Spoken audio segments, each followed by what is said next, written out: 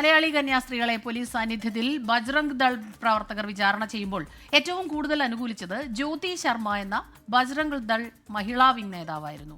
താൻ മതപരിവർത്തനം ചെയ്തവരെ ചോദ്യം ചെയ്യുക മാത്രമാണ് ചെയ്തതെന്ന് ജ്യോതി ശർമ്മ 24-നോട് പറഞ്ഞു. മുൻപും ഇങ്ങനെ പലതവണ മതപരിവർത്തനം താൻ തടഞ്ഞിട്ടുണ്ട് എന്നാണ് ജ്യോതി ശർമ്മയുടെ അവകാശവാദം. 24 എക്സ്ക്ലൂസീവ്. മതപരിവർത്തനം ആരോപിച്ച് 2 മലയാളി കന്യാസ്ത്രീകളെ ഛത്തീസ്ഗഡിൽ പോലീസ് അറസ്റ്റ് ചെയ്ത സംഭവത്തിൽ അതിൻ്റെ ദൃശ്യങ്ങൾ പുറത്തു വന്നപ്പോൾ ഏറ്റവും കൂടുതൽ ആ കന്യാസ്ത്രീകളോട് ചോദ്യം ചോദിച്ചതും ആക്രോശിച്ചതും ഒരു സ്ത്രീയായിരുന്നു. അത് ഛത്തീസ്ഗഡിൽ തന്നെയുള്ള ഒരു പ്രധാനപ്പെട്ട സംഘപരിവാർ സംഘടനയിൽപ്പെട്ട ഒരു ആളായിരുന്നു. ജ്യോതി ശർമ്മ എന്നാണ് ആ ആളുടെ പേര്. ഇപ്പോൾ ജ്യോതി ശർമ്മ തന്നെ 24 ന്യൂസിനോടൊപ്പം ചേരുന്നുണ്ട്. ആ കൈസെ പത്ത ചൽ രഹേ ഹോ ഇഷ്യൂ ചൽ രഹേ? जी, हमारे भाई हैं, बजरंग दल वाले हैं, वो अपने परिवार को छोड़ने के लिए गए हुए थे. तो वहाँ वो बच्ची रोती हुई बैठी थी. 2 नन थे, 3 बच्चियाँ थी, एक लड़का था. तो एक बच्ची उसमें रो रही थी. तो हमारे भाई ने पूछा क्यों रो रही हो? तो बोले मैं घर जाना चाहती हूँ, ये मुझे नहीं जाने दे रहे हैं. चूँकि लड़कियाँ थी, महिलाएँ थी, तो भाई ने तुरंत फिर हमें फ़ोन लगाया, दीदी ऐसी बात है करके. तो जब मैं वहाँ पहुँची तब तक उनको GRP में बिठा दिया गया था. अंदर में वहाँ रूम में बिठा लिए थे.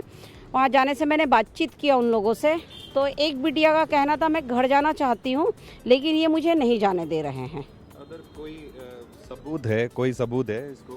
जी हाँ, बिल्कुल. लड़कियाँ खुद बोली है, हमारे पास लड़की का बाइट है कि मैं घर जाना चाहती हूँ, मुझे ये नहीं जाने दे रहा है लड़का. What's your next step? अब वो तो सरकार और कानून ये करेगी. उनको तो अंदर कर दिया गया है. अब कानून का जैसा रहेगा वैसा चलेगा केस. അപ്പോൾ ആ ദൃശ്യങ്ങളിൽ ഏറ്റവും കൂടുതൽ ആക്രോശിച്ച ആ ബജ്രംഗ് ദളിലെ നേതാവ് കൂടിയാണ് ജ്യോതി ശർമ്മ. ജ്യോതി ശർമ്മ പറയുന്നത് അതിൽ മതപരിവർത്തനം നടത്താൻ വേണ്ടിയിട്ടാണ് ആ പെൺകുട്ടികളെ റെയിൽവേ സ്റ്റേഷനിലേക്ക് കൊണ്ടുവന്നത്. അതിന് തെളിവുണ്ട്. അത് ചോദിക്കുക മാത്രമാണ് താൻ ചെയ്തതെന്നാണ് പറയുന്നത്. പക്ഷേ ദൃശ്യങ്ങളിൽ അതല്ല. പോലീസ് സ്റ്റേഷനിൽ വെച്ചാണ്, പോലീസിൻ്റെ സാന്നിധ്യത്തിലാണ് അവർ ആ 2 കന്യാസ്ത്രീകളെ, പ്രായം ചെന്ന കന്യാസ്ത്രീകളാണ്, അവരോട് ആക്രോശിക്കുന്നതും ഭീഷണിപ്പെടുത്തുന്നതും അടക്കമുള്ള ദൃശ്യങ്ങളാണ് നമ്മൾ കണ്ടത്. എന്തായാലും അവരുടെ ഒരു വിശദീകരണമാണ് ഇപ്പോൾ കേട്ടത്. അവരതിനെ ന്യായീകരിക്കുകയാണ് ചെയ്യുന്നത്. അത് ഇനി മുമ്പും ഇത്തരത്തിൽ സംഭവങ്ങൾ നടന്നിട്ടുണ്ട്. അതൊക്കെ തെളിവ് സഹിതം വീണ്ടും പുറത്തുവിടും. ഇത് മതപരിവർത്തനം തടയും എന്നാണ് ഇവർ ആവർത്തിച്ചുകൊണ്ടേയിരിക്കുന്നത്.